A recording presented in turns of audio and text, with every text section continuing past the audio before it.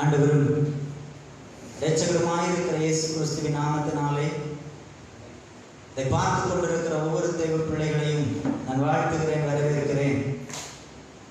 ஆண்டவர் இம்மட்டும் நம்மை பாதுகாத்த தெய்வம், இம்மட்டும் நம்மை நடத்தின கர்த்தர், இம்மட்டும் நம்மை தாங்கின தெய்வம் இந்த பகல் வேளையிலேயும் கர்த்தர் நடத்த போதுமானவராய் இருக்கிறார். வேதத்திலே ஒரு சில வசனங்களை நான் சுட்டி காட்டி நான் முடிக்க விரும்புகிறேன். எண்ணாகமத்தின் புஸ்தகம் 21வது அதிகாரம் 17-18 ஆகிய வசனங்களை வாசிக்கலாம். எண்ணாகமம் 21:17-18. அப்பொழுது இஸ்ரவேலர் பாடின பாட்டாவது, ஊற்று தண்ணீரே பொங்கி வா, பாடுவோம் வாருங்கள். நியாயப்பிரமாணிகளின் ஏவுதலால் அதிபதிகள் கிணறை தோண்டினார்கள், ஜனத்தின் மேன்மக்கள் தங்கள் தண்டாயுதங்களை கொண்டு தோண்டினார்கள் என்று பாடினார்கள். போதும். இங்கே இந்த வசனத்திலே நான் வாசிக்கும் பொழுது அங்கே சொல்லப்பட்டிருக்கிறது, அப்பொழுது இஸ்ரவேலர் பாடின பாட்டாவது ஊற்று தண்ணீரே பொங்கி வா, அதை குறித்து பாடுவோம் வாருங்கள். நியாய பிரமாணிக்கனின் ஏவுதலால் அதிபதிகள் கிணற்றை தோண்டினார்கள், ஜனத்தில் மேன்மக்கள் தங்கள் தண்டாயுதங்களை கொண்டு தோண்டினார்கள் என்று பாடினார்கள். இந்த வசனத்திலே அங்கே ஜனங்கள் ஒரு ஊற்று தோண்டுவதற்காக, ஒரு கிணறு தோண்டுவதற்காக வருகிறார்கள். நியாய பிரமாணிக்கனின் என்று சொல்லப்பட்டிருக்கிறது. அந்த இடத்துடைய அந்த தோண்டுவதற்கு பெர்மிஷன், அதை தோண்டுவதற்கு அனுமதி அளிக்கிற ஒரு மனிதன் அங்கே ஜனங்களிடத்திலே அந்த கிணற்றை தோண்டுவதற்காக அனுமதி கொடுக்கிறான். இவர்கள் தன்னுடைய கரங்களிலே கிடைத்த பொருட்களை எல்லாம் வைத்து, இருந்த ஆயுதங்களை வைத்து கிணறு தோண்டப்படுகிறது. இங்கே தண்ணீரை குறித்து நாம் பார்க்கிறோம். அந்த தண்ணீர் தேவைப்படுகிறது, குடிப்பதற்கு தண்ணீர் தேவைப்படுகிறது. ஆவிக்குரிய வாழ்க்கையிலும் சரி, உலக பிரகாரமான வாழ்க்கையிலும் சரி, இன்றைக்கு அநேகருடைய வாழ்க்கையிலே தண்ணீர் என்கிற ஒன்று எல்லா மனிதனுக்கும் மிக முக்கிய ஒரு பங்காற்றுகிறது. கொஞ்ச நேரம் நமக்கு ஒரு வெயிலையோ இல்ல உலகத்திற்குரிய காரியங்களிலேயோ சில காரியங்களை செயல்படும் பொழுது அநேக நேரங்களிலே நமக்கு தாகம் எடுத்து விடுகிறது. தாகம் எடுக்கும் பொழுது, அது தண்ணீர் கிடைக்காமல் இருக்கும் பொழுது நாம் மிகவும் சோர்வுற்று களைப்புற்று போகிற நிலைமைக்கு நேராய் தள்ளப்படுகிறோம்.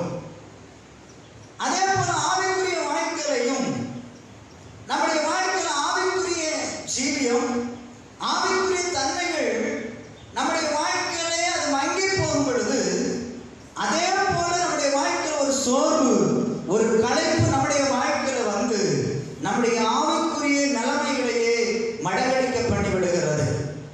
தண்ணீர் வருவதற்கு இங்கே பல செயல்களை செய்து தோண்டுகிறார்கள்.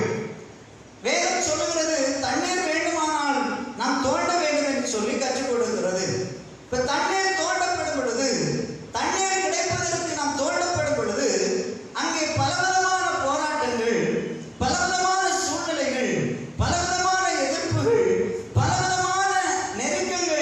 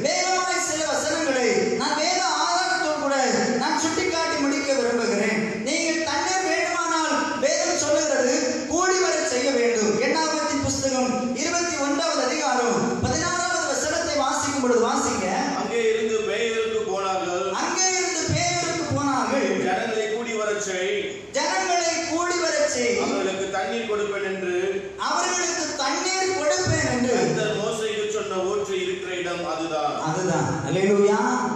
இங்கே பேயோருக்கு கூடி வர சொல்லுகிறான். தண்ணீர் ஒரு மனுஷனுடைய ஆவிக்குரிய வாழ்க்கையிலே ஒரு ஆசீர்வாதம், ஒரு செழிப்பு நிறைந்த ஜீவியம் ஒரு மனுஷனுடைய ஆவிக்குரிய வாழ்க்கையிலே கடந்து வர வேண்டுமானால் எல்லாரையும் கூடி வர செய்ய வேண்டும் என்று சொல்லி வேதம் கற்றுக் கொடுக்கிறது. அங்கே தண்ணீர் புறப்பட்டு வருவதற்கு எல்லாரையும் கூடி வர செய்ய வேண்டும். அங்கே ஆசீர்வாதம் கடந்து வருவதற்கு எல்லாரையும் கூடி வர செய்ய வேண்டும். அங்கே ஒரு நன்மை கடந்து வருவதற்கு எல்லாரையும் கூடி வர செய்ய வேண்டும்.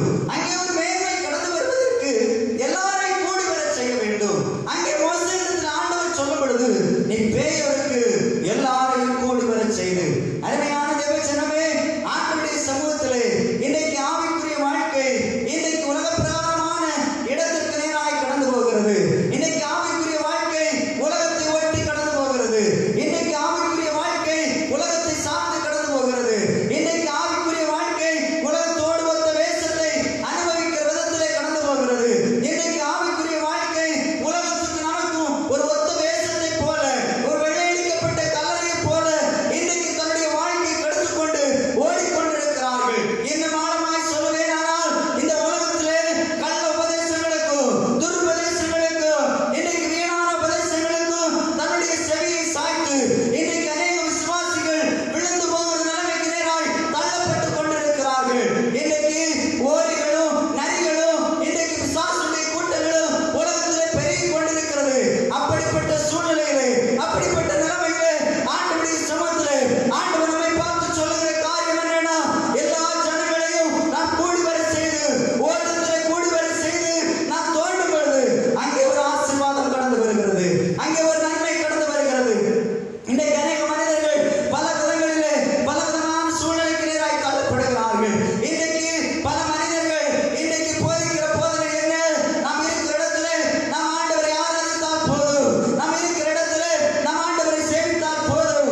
இன்னும் நாட்கள் கடந்து போகுமானால், இப்படிப்பட்ட லாக்டவுன் இன்னும் வேகமாய் கடந்து போகுமானால், இன்னும் அநேக கள்ள உபதேசங்கள் எப்படி எழுப்புமானால் இன்னும் அநேகர் சொல்ல ஆரம்பித்து விட்டார்கள். அவர் சொல்லுகிற உபதேசங்கள் என்ன? நாம் ஆன்லைனில் ஆராதிக்கலாம், நாம் சபைக்கு வர வேண்டியதில்லை, வீட்டிலே உட்கார்ந்து நாம் ஆராதித்தால் போதும், அங்கே ஆண்டவர் இறங்கி வந்து விடுவார், நாம் கூடி வர வேண்டாம் என்று சொல்லி எல்லாம் கர்த்தரை ஆராதிக்கிற கூட்டம் பெருகிக் கொண்டே போய் கொண்டிருக்கும். நன்றாய் புரிந்து கொள்ளுங்கள். ஆண்டவருடைய சமூகத்திலே இந்த வேதம் சொல்லுகிறது, சபை கூடி வருகிறதை சிலர் விட்டு விடுகிறது போல நாமும் விட்டு விடாமல் ஒருவரோடு ஒருவர் ஐக்கியப்பட்டிருப்போம் என்று சொல்லி வேதம் சொல்லுகிறது. எங்கே கூடி வருகிறார்களோ, எங்கே கூடி வந்து கர்த்தரை ஆராதிக்கிறார்களோ, அங்கேதான் தேவ நாமம் மகிமைப்படுகிறது, அங்கேதான் தேவ ஆசீர்வாதங்கள் பெருகுகிறது, அங்கேதான் தேவனுடைய நாமம் உயர்ந்திருக்கிறது என்பதை நாம் மறந்து போய்விடக் கூடாது. அல்லேலூயா. ஆண்டவருடைய சமூகத்திலே இன்றைக்கு எதை தேடி ஓடிக்கொண்டிருக்கிறோம்? இன்னும் வேதத்திலே தன்னை மேன்மைப்படுத்திக் கொள்வதற்காக, தன்னை வெளிப்படுத்திக் கொள்வதற்காக இன்றைக்கு ஆன்லைன் சர்வீஸ் நடத்தி கொண்டிருக்கிறார்கள். ஜனங்களுக்கு பிரயோஜனமாய் நடத்துவதை விட்டுவிட்டார்கள். இன்னும் ஆழமாய் சொல்ல போனா எத்தனை லைக், எத்தனை கமெண்ட், எத்தனை ஷேர் வருகிறது என்பதை பார்ப்பதற்கு கூட இன்றைக்கு ஆராதனை நடத்தி கொண்டிருக்கிறார்கள். நான் ஒன்றை சொல்ல முடியும், ஆண்டவருடைய சமூகத்தில் எந்த அளவுக்கு எவ்வளவுதான் ஆன்லைனில் சர்வீஸ் நடத்தினாலும் கூடி வர செய்து ஆராதிக்கிற ஆராதனை தான் கர்த்தருடைய மகிமை அபரிதமாய் வெளிப்படும். கூடி வர செய்து ஆண்டவரை ஆராதிக்கிற ஆராதனை, கூடி வந்து கர்த்தரை துதிக்கிற துதி, கூடி வந்து ஆண்டவரை ஆராதிக்கிற அந்த ஆராதனை தான் கர்த்தர் மகிமைப்படுகிறார். எரியோ கோட்டையை முறியடிப்பதற்கு அங்கே ஜனங்களை அந்த கிதியோடு கூடி வர செய்து வேதம் சொல்லுகிறது, எக்காலங்களை பிடித்துக் கொண்டு பூரிகைகளை ஊதிக்கொண்டு அந்த எரியோ கோட்டையை 7 நாள் சுற்றி வருகிறார்கள். 7ஆம் நாள் 7வது நாள் 7 முறை அவர்கள் சுற்றி வரும் பொழுது எரியோ கோட்டை தகர்க்கப்பட்டது என்று சொன்னால் ஒரு கிதியோன் தான். அந்த கிதியோன் மூலமாய் ஜனங்களை கர்த்தர் ஏற்படுத்தி தான் அந்த எரியோ கோட்டை முறியடிக்க பண்ணுவதற்கு அங்கே ஒரு கிதியோன் பயன்பட்டான். அருமையான தேவ ஜனமே, ஆண்டவருடைய சமூகத்திலே கர்த்தரை ஆராதிப்பதற்கு உனக்கு ஒரு ஊழியர் தேவைப்படுகிறார். கர்த்தரை ஆராதிப்பதற்கு உனக்கு ஒரு போதகர் தேவைப்படுகிறார். கர்த்தரை ஆராதிப்பதற்கு உனக்கு ஒரு தலைவர் தேவைப்படுகிறார். ஆனால் நீ அந்த தலைவருக்கு கீழ்ப்படிந்து ஆண்டவருக்கு பிரியமான ஆராதனையை நீ ஆராதிப்பதற்கு உன்னை ஒப்பு கொடுக்கும் பொழுதுதான் உனக்கு விரோதமாக இருக்கிற எரிகோ கோட்டையை தகர்க்க என் ஆண்டவர் போதுமானவராக இருக்கிறார். அருமையான தேவ ஜனமே, கூடி வர செய்ய வேண்டும். நாம் கூடி வரும் பொழுது அங்கே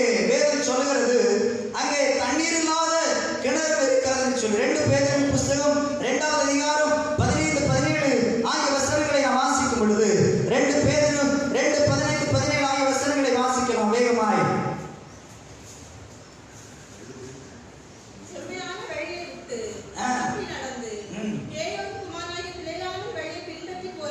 பின்பற்றி போனவர்கள் அநீதியின் கூலியை விரும்பி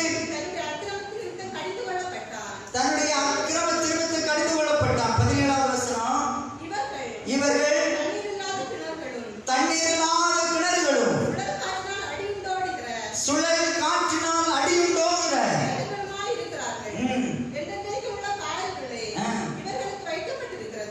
போதும்.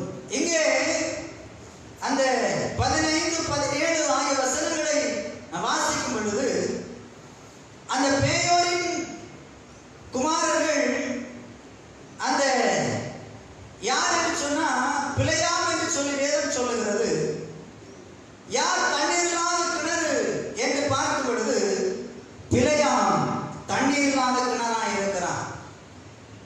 அவருடைய ஜீவியம் தண்ணீர் இல்லாமல் வறண்டு போயிருக்கிற ஒரு ஜீவியம். 3 விதமான வறட்சி இருக்கிறது. எதனால் அந்த ஜீவியம் வறண்டு போகிறதுனா, ஜெபம் இல்லாவிட்டால் ஒரு ஆவிக்குரிய வாழ்க்கை வறண்டு போய் விடுகிறது. சாட்சியின் ஜீவியம் இல்லாவிட்டால் ஒரு ஆவிக்குரிய வாழ்க்கை வறண்டு போய் விடுகிறது. பரிசுத்த ஜீவியம் இல்லாவிட்டால் ஆவிக்குரிய வாழ்க்கை வறண்டு போய் விடுகிறது. இன்னைக்கு அநேகருடைய வாழ்க்கையிலே வறட்சி எதனால் உண்டாகிறது? ஏன் வறண்டு போயிருக்கிறார்கள் என்று சொன்னா அவங்க வாழ்க்கையில ஜெபம் இல்லை. இன்னைக்கு அநேகருடைய வாழ்க்கையில ஜெபம் இல்லை. இன்னைக்கு அநேக விசுவாசிகள் வேலை என்றே ஓடிவிட்டார்கள். வேலையை பார்த்தே ஓடுகிறார்கள். ஜெபிப்பதற்கு அவர்களுக்கு நேரம் இல்லை. ஜெபிக்கக்கூடிய சூழல்கள் உருவாக்கப்படவில்லை. வேதம் சொல்லுகிறது, ஜெபம்தான் ஒரு மனுஷனுடைய வாழ்க்கையை உயர கொண்டு வரும். ஜெபம்தான் ஒரு மனுஷனுடைய வாழ்க்கையில ஆவிக்குரிய வாழ்க்கையை கட்டி எழுப்பும். எவ்வளவுதான் நம்முடைய வாழ்க்கையில போராட்டங்கள், நெருக்கங்கள், சூழ்ச்சிகள், அவமானங்கள் வந்தாலும் நம்ம வாழ்க்கையில ஜெபம் இல்லைன்னா ஒரு காரியத்திலையும் நாம் ஜெயத்தை பெற்றுக்கொள்ள முடியாது. 2வது சாட்சியின் ஜீவியம். நம்ம இருக்கிற இடங்களிலே போகிற இடங்களிலே சாட்சியின் ஜீவியம். நம்முடைய வாழ்க்கையில சாட்சியுள்ள வாழ்க்கையை நாம் வாழும் பொழுது அந்த கிணறு ஆசீர்வதிக்கப்பட்ட கிணறாய் மாறுகிறது. 3வது நம்முடைய வாழ்க்கையில பரிசுத்த ஆவியின் அபிஷேகம். பரிசுத்த ஆவியின் அபிஷேகம் வேதம் சொல்கிறது, எண்ணெய் இல்லைன்னா அந்த எண்ணெய் நம்முடைய வாழ்க்கையில நம்முடைய ஜீவியத்தில் இல்லைன்னா, எண்ணெய் நம்முடைய வாழ்க்கையில இல்லைன்னா நான் ஒரு காரியத்திலையும் ஜெயம் படித்துக் கொள்ள முடியாது. அருமையான தேவ ஜனமே, நம்முடைய வாழ்க்கையில ஜெயம் வர வேண்டுமானால், நம்முடைய வாழ்க்கையில ஜெயத்தை நாம் பெற்றுக்கொள்ள வேண்டுமானால் பரிசுத்த ஆவியின் அபிஷேகத்தை, பரிசுத்த ஆவியின் அந்த அனலை பெற்றுக்கொண்டு ஓடுவதற்கு நான் ஜாக்கிரதையுள்ளவளா இருக்கணும். இன்னைக்கு பரிசுத்த ஆவியின் அபிஷேகம் இன்னைக்கு எப்படி இருக்கிறது? பரிசுத்த ஆவியின் ஜீவி எப்படி இருக்கிறது? இன்னைக்கு அநேக பரிசுத்த ஆவியிலே ஜெபிக்கிற ஜெபம், ஆவியிலே நிரம்பி ஜெபிக்கிற ஜெபம் இல்ல. ஆவியிலே ஆண்டவரை ஆராதிக்கிற ஆராதனை இல்ல. இன்னைக்கு பிசாசோடு ஒத்த ஜீவியத்தை இன்னைக்கு அநேகர் வாழ்ந்து கொண்டிருக்கிறார்கள். அருமையான தேவ ஜனமே, ஆவியிலே நிரம்பி ஜெபிக்கிறோமா? இன்னைக்கு நல்ல ஆவி கெட்ட ஆவி எது என்பதை சோதிக்க முடியாத அளவுக்கு இன்னைக்கு ஜனங்களுடைய ஜீவியம் இருந்து கொண்டிருக்கிறது. இன்னைக்கு கெட்ட ஆவிகளே இன்னைக்கு ஆராதித்துக் கொண்டிருக்கிறார்கள். பிசாசு ஜனங்களுடைய இதயத்தை கடினப்படுத்திக் கொண்டிருக்கிறான். அருமையான தேவ ஜனமே, நம்முடைய வாழ்க்கையிலே நாம் வறண்டு போயிருக்கிறோமா? இன்னைக்கு ஒரு தீர்மானம் எடுங்க.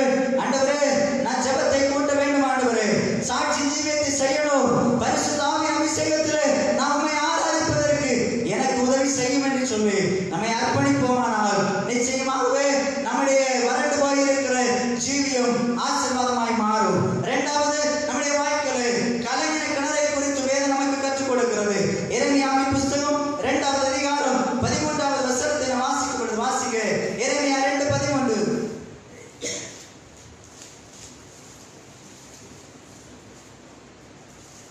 என் ஜனங்கள் 2 தீமைகளை செய்தார்கள். என் ஜனங்கள் 2 தீமைகளை செய்தார்கள். ஜீவ தண்ணீர் ஊற்றாகி என்னை விட்டு விட்டார்கள். ஜீவ தண்ணீர் ஊற்றாகி என்னை விட்டு விட்டார்கள். தண்ணீர் நிற்காத தொட்டிகளாகிய வெடிப்புள்ள தொட்டிகளை தங்களுக்கு வெட்டி கொண்டார்கள். தண்ணீர் நிற்காத வெடிப்புள்ள தொட்டிகளை தங்களுக்கு என்ன செஞ்சாங்க? வெட்டி கொண்டார்கள். அல்லேலூயா. முதல்ல அவங்க ஜனங்கள் ஜீவ தண்ணீர் ஊற்றாகிய ஆண்டவரை மறந்துட்டாங்க. இன்னைக்கு அநேகருடைய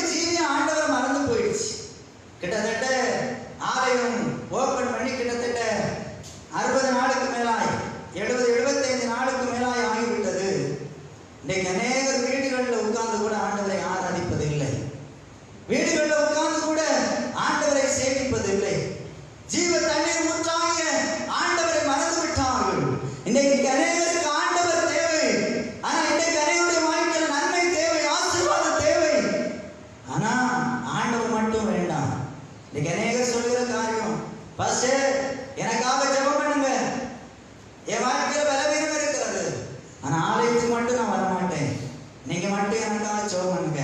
அருமையான தேவ ஜனமே, ஏன் இந்த கலக்கம் வருகிறதுனா ஆண்டவர் மறந்துட்டாலே நம்ம வாழ்க்கையில கலக்கம் வந்துடும். ஆண்டவரை மறந்து போய்விட்டாலே அந்த கிணறு கலக்கம் நிறைந்த கிணறாய் மாறிவிடுகிறது. அந்த கலக்கம் வருகிறதுனால என்ன ஆகுறதுன்னா உறுதி இல்லாத ஜீவியம். எபேசியர் புஸ்தகம் 4வது அதிகாரம் 14வது வசனத்தை வாசிக்கலாம். எபேசியர் 4:14. நாம் இனி குழந்தைகளாயிராமல் மனுஷருடைய சூதும் வஞ்சிக்கிறதற்கு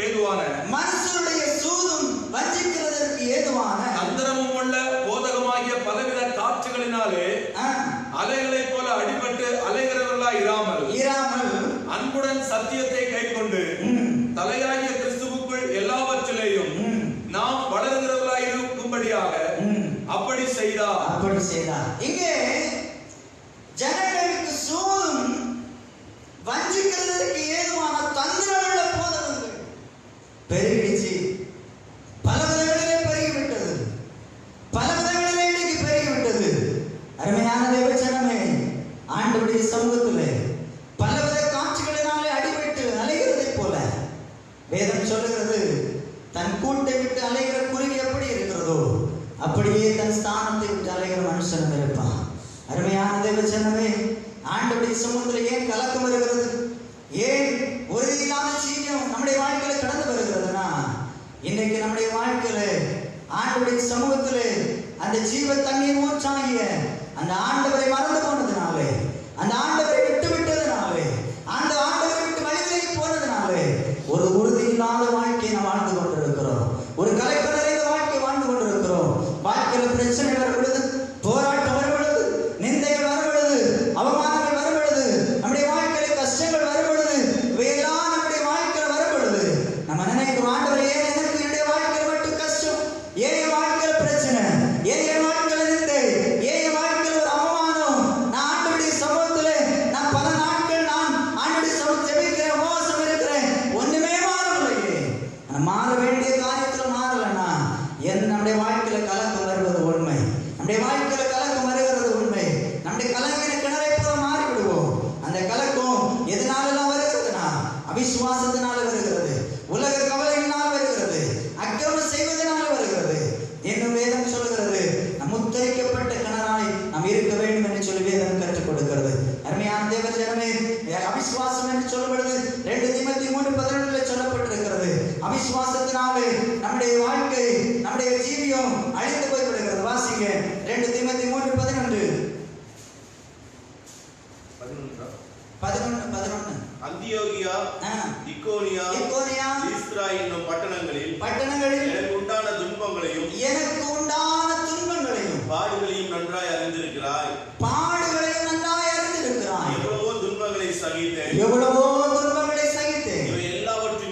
இவை எல்லாவற்றினின்றும் கர்த்தரை நீங்களாக்கி விட்டார். கலக்கம் வரப்படுது, நம்முடைய வாழ்க்கையில கஷ்டம், பாடு, நிந்தை, அவமானம் வரப்படுது. ஆண்டவர் உறுதியா பிடிச்சுக்கிட்டோம்னா அவை எல்லாவற்றிலிருந்து கர்த்தர் நம்மை விடுவிக்கிற தெய்வமா இருக்கிறார். முதல்ல அவிசுவாசத்தினால கலக்கம் வருகிறது. இரண்டாவது நம்முடைய வாழ்க்கை உலக கவலை. லூக்கா 10:41 சொல்லுகிறது, மரியாள் அங்கே மார்த்தாளை குறித்து சொல்லுகிறது, மார்த்தாளே நீ ஏன் கவலைப்பட்டு கலங்குகிறாய்? அநேக காரியங்களை குறித்து கவலைப்பட்டு கலங்குகிறாய். தேவையானது ஒன்றே. மரியாள் தன்னை விட்டு எடுபடாது நல்ல பங்கை தெரிந்து கொண்டார். ஏன் கலக்கம் வருகிறது தெரியுமா? உலக கவலைகளினாலே. இன்னைக்கு அநேகருக்கு கவலை, இந்த உலகத்தை குறித்த கவலை. இந்த லாக்டவுன்ல அநேகருடைய கவலை என்னன்னா, எப்படி என்னுடைய குடும்பத்தை நான் கழிக்க போகிறேன், எப்படி என்னுடைய குடும்பத்தை நான் நடத்த போகிறேன், என் பிள்ளைகளுக்கு எப்படி நான் உணவு வாங்கி கொடுக்க போகிறேன், இனி மீதியுள்ள நாட்கள்ல இந்த லாக்டவுன் நீடிக்கப்படுமானால் எப்படி என்னுடைய குடும்ப ஜீவியத்தை நான் கழிக்க போகிறேன் என்கிறதான ஒரு ஏக்கம். அருமையான தேவச்சனமே, உலக கவலைகள் வருகிறதுனால நம்முடைய வாழ்க்கையில கலக்கம் வருகிறது. அக்கிரமம் செய்வதன் மூலம் யோசுவா 7வது அதிகாரம் 25வது வசனத்துல நீங்கள் வாசித்து பார்க்கும் பொழுது அக்கிரமங்கள் செய்கிறதுனால நம்முடைய வாழ்க்கையில கலக்கம் வருகிறது. வாசிங்க யோசுவா 7:25. அங்கே யோசுவா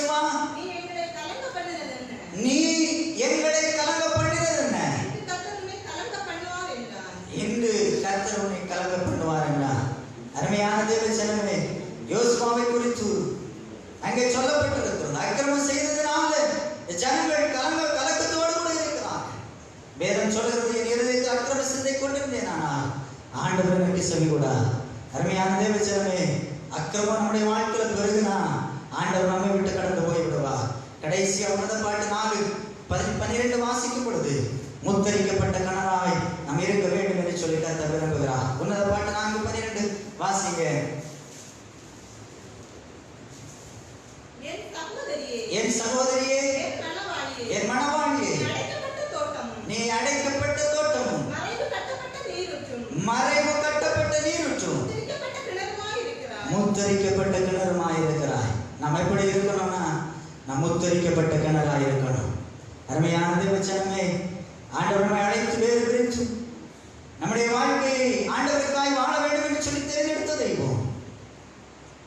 அங்கே நான் புஸ்தகத்தில் வாசித்தது போல அந்த ஜனங்கள் தோண்டப்படுவதற்கு எல்லாரையும் கூடி வர செய்து எல்லாவற்றையும் செய்யப்படுது. ஆனா நம்முடைய வாழ்க்கையில ஏதோ ஒரு விதத்துல நிந்தைகள், பாடுகள், அவமானங்கள், கஷ்டங்கள், சூழ்ச்சிகள் வரும்பொழுது ஏதோ ஒரு கலக்கம், ஏதோ ஒரு நெருக்கம், ஏதோ ஒரு கண்ணீர் நம்முடைய வாழ்க்கையில் வருகிறதா, ஆண்டவர் நம்மை பார்த்து சொல்லுகிறார், நான் உன்னை விடுவிப்பேன், நான் உன்னை ஏந்துவேன், சுமப்பேன், தாங்குவேன், தப்புவிப்பேன், உன்னை விடுவிப்பேன் என்று சொன்ன தெய்வம் அவர் நம்மை விடுவிக்க நடத்த போதுமானவராக இருக்கிறார். அருமையான தேவச்சனமே, ஆண்டவருடைய சமூகத்தில் நாம் எப்படி இருக்கணும்னா முத்தரிக்கப்பட்ட கிணறாய் இருக்கணும். ஆண்டவருடைய சமூகத்தில் முத்தரிக்கப்பட்ட கிணறாய், ஆண்டவருடைய சமூகத்தில் நம்மை தேர்ந்தெடுத்த நம்முடைய தெய்வம் நம்மை முத்தரிக்கப்பட்ட கிணறாய் நாம் மாறும் பொழுது நம்முடைய வாழ்க்கையில எல்லா சூழ்ச்சிகளையும் மாற்றி நம்முடைய வாழ்க்கைக்கு ஆசீர்வதிக்க போதுமானவராக இருக்கிறார். இருக்கிற இடத்துல கண்களை மூடி ஆண்டவருடைய சமூகத்தில் ஒப்பு கொடுப்போம். ஆண்டவரே, நம்முடைய வாழ்க்கையில தோண்டி கொண்டிருக்கிறோம், ஏதோ ஒரு விதத்துல கலக்கும், ஏதோ ஒரு விதத்துல நெருக்கம், உலக கவலைகள் வந்து நம்முடைய கிணறு கலங்கி போய்விடுகிறது, ஆவிக்குரிய வாழ்க்கை கலங்கி போய்விடுகிறது. அருமையான தேவச்சனமே, ஏன் கலக்கம் வருகிறது? அவிசுவாசம் உனக்கு இருக்கா? உலக கவலை உனக்கு இருக்கா? உன் வாழ்க்கையில் அக்கிரமம் செய்து கொண்டிருக்கிறாயோ? ஆண்டவர் இன்றைக்கு உன்னை பார்த்து சொல்லுகிறார், நீ ஆண்டவருடைய முத்தரிக்கப்பட்ட கிணறாய் உன்னை மாற்றுவதற்கு நீ உன்னை ஒப்பு கொடுக்கும் பொழுது உன் கலங்கின கிணறை ஒரு தெளிய பண்ணி உன் வாழ்க்கையில் ஒரு பெரிய ஆசீர்வாதங்களை கொடுக்க அவர் போதுமானவராக இருக்கிறார். ஹல்லேலூயா. ஆண்டவரே, ஆண்டவரே, நாங்கள் உம்மை ஆராதிக்கிறோம். ஆண்டவரே, ஆண்டவரே, நாங்கள் உம்மை ஆராதிக்கிறோம், நாங்கள் உம்மை ஆராதிக்கிறோம். ஆவியானுடைய கிரியைகள் நம்மத்திலே அவர் வெளிப்பட பண்ணுகிற தெய்வம். ஏதோ ஒரு இடத்திலே நம்முடைய ஆவிக்குரிய வாழ்க்கை சோர்ந்து போய்விட்டதோ, ஆவிக்குரிய வாழ்க்கை விழுந்து போய்விட்டதோ, ஆவிக்குரிய வாழ்க்கை மனநடிக்கப்பட்டதோ, என் ஆண்டவர் உன்னை பார்த்து சொல்லுகிறார், மறுபடியும் ஆவிக்குரிய ஜீவியத்தை அவர் கட்டி எழுப்பவர் போதுமானவராக இருக்கிறார். ஓ ஆவிக்குரிய ஜீவியத்தை, ஓ ஆவிக்குரிய வாழ்க்கையை மறுபடியும் நீ தோண்டி எழுப்பும் பொழுது ஒரு கலங்கின கிணறை அவர் தெளிவுபடுத்த தெய்வமாக இருக்கிறார். ஹல்லேலூயா. ஆவியானவரே, மகிமையுள்ளவரே, கிருபையுள்ளவரே, தயவுள்ளவரே, ஆவியானவரே, நாங்கள் உம்மை ஆராதிக்கிறோம். ஆண்டவரே, நாங்கள் உம்மை ஆராதிக்கிறோம், நாங்கள் உம்மை தொழுது கொள்கிறோம். என் தெய்வமே, நீ நல்லவரப்பா, நீ மகிமையுள்ளவர். எங்க வாழ்க்கை ஒரு விசையாய் நாங்கள் சீர்தூக்கி பார்க்கிறோம் ஐயா. ஆண்டவரே, எங்களுடைய கலைஞரை ஜீவியத்தை எடுத்து போடுங்கப்பா. ஆண்டவரே, மனநடிக்கப்பட்ட ஜீவியத்தை எடுத்து போடுங்க. ஆண்டவர், நெருக்கப்பட்ட ஜீவியத்தை எடுத்து போடுங்க. ஆண்டவரே, ஜீவ தண்ணீர் ஊற்றாகிய நாங்கள் உண்மை மறந்து போகிற நாட்கள் உண்டு. ஆண்டவரே, மறுபடியும் எங்களை அதை கட்டி எழுப்புங்கப்பா. ஹல்லேலூயா. ஆவியானவரே, ஆவியானவரே, ஆவியானவரே, அந்த ஜீவ தண்ணீர் ஊற்றாகிய ஆண்டவரை பிடித்துக் கொண்டு ஓடுவோம். நம்முடைய கவலைகள் மாறட்டும், நம்முடைய கண்ணீர் மாறட்டும், நம்முடைய கஷ்டம் மாறட்டும், நம்முடைய தரித்திரம் மாறுவதற்கு அந்த ஆண்டவரை பிடித்துக் கொண்டு ஓடுவோம். ஹல்லேலூயா. ஜீவ தண்ணீரே, ஆவியானவரே, வற்றாத நதியாக மாறு போதகரே. ஜீவ தண்ணீரே, ஆவியானவரே, வற்றாத நதியாக மாறு போதகரே. வாருமையா போதகரே, வாருமையா போதகரே, வற்றாத ஜீவ நதியாக, வற்றாத ஜீவ நதியாக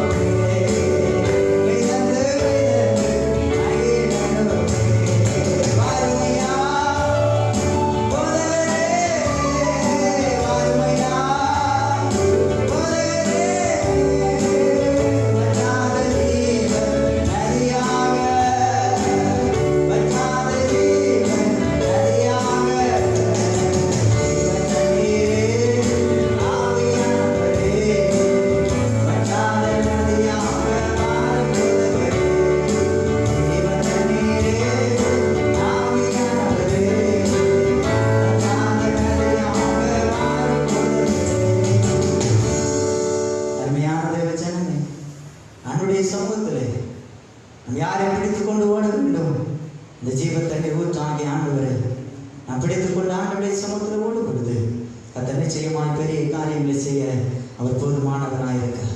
நம்முடைய வாழ்க்கையில சோர்வுகள் பலவீனங்கள் வரும்பொழுது ஆண்டவரை பிடித்துக் கொண்டு ஓடுவோம். கர்த்தர் பெரிய காரியங்களை செய்வார். நல்ல பிதாவே, இந்த நல்ல வேலைக்காக நாங்கள் மக்கள் நன்றி செலுத்துகிறோம். உடைய சமூகத்தில் கடந்து வந்து உம்மை ஆராதிக்க துதிக்க உடைய நாமத்தை மேம்படுத்த கர்த்தர் எங்களுக்கு தந்த மேலான கிருபைகளுக்காக ஸ்தோத்திரம். ஆண்டவரே, நாங்கள் உம்மை விட்டு வழிவிலைக்கு போகாமல் படிக்கிறோம். இந்த உலக கவலைகளினால் அக்கிரமத்தினாலும் ஆண்டவரே ஸ்தோத்திரம். ஆண்டவரே, பல காரியங்களினாலும் உம்மை விட்டு வழிவிலைக்கு போகாத படிக்கிறோம். உம்மை பிடித்துக் கொண்டு ஆண்டவரே முடிவு வருகிறது உம்மை சார்ந்து ஆண்டவரே முத்தரிக்கப்பட்ட கணனாக நாங்கள் மாற கர்த்தர் எங்களுக்கு உதவி செய்தர வேண்டும் என்று சொல்லி நம்மை நாங்கள் கிருபை கூட இருக்கட்டும். விசேஷமாய் ஆண்டவரே இந்த கொரோனா காய்ச்சிருக்கிறோம்.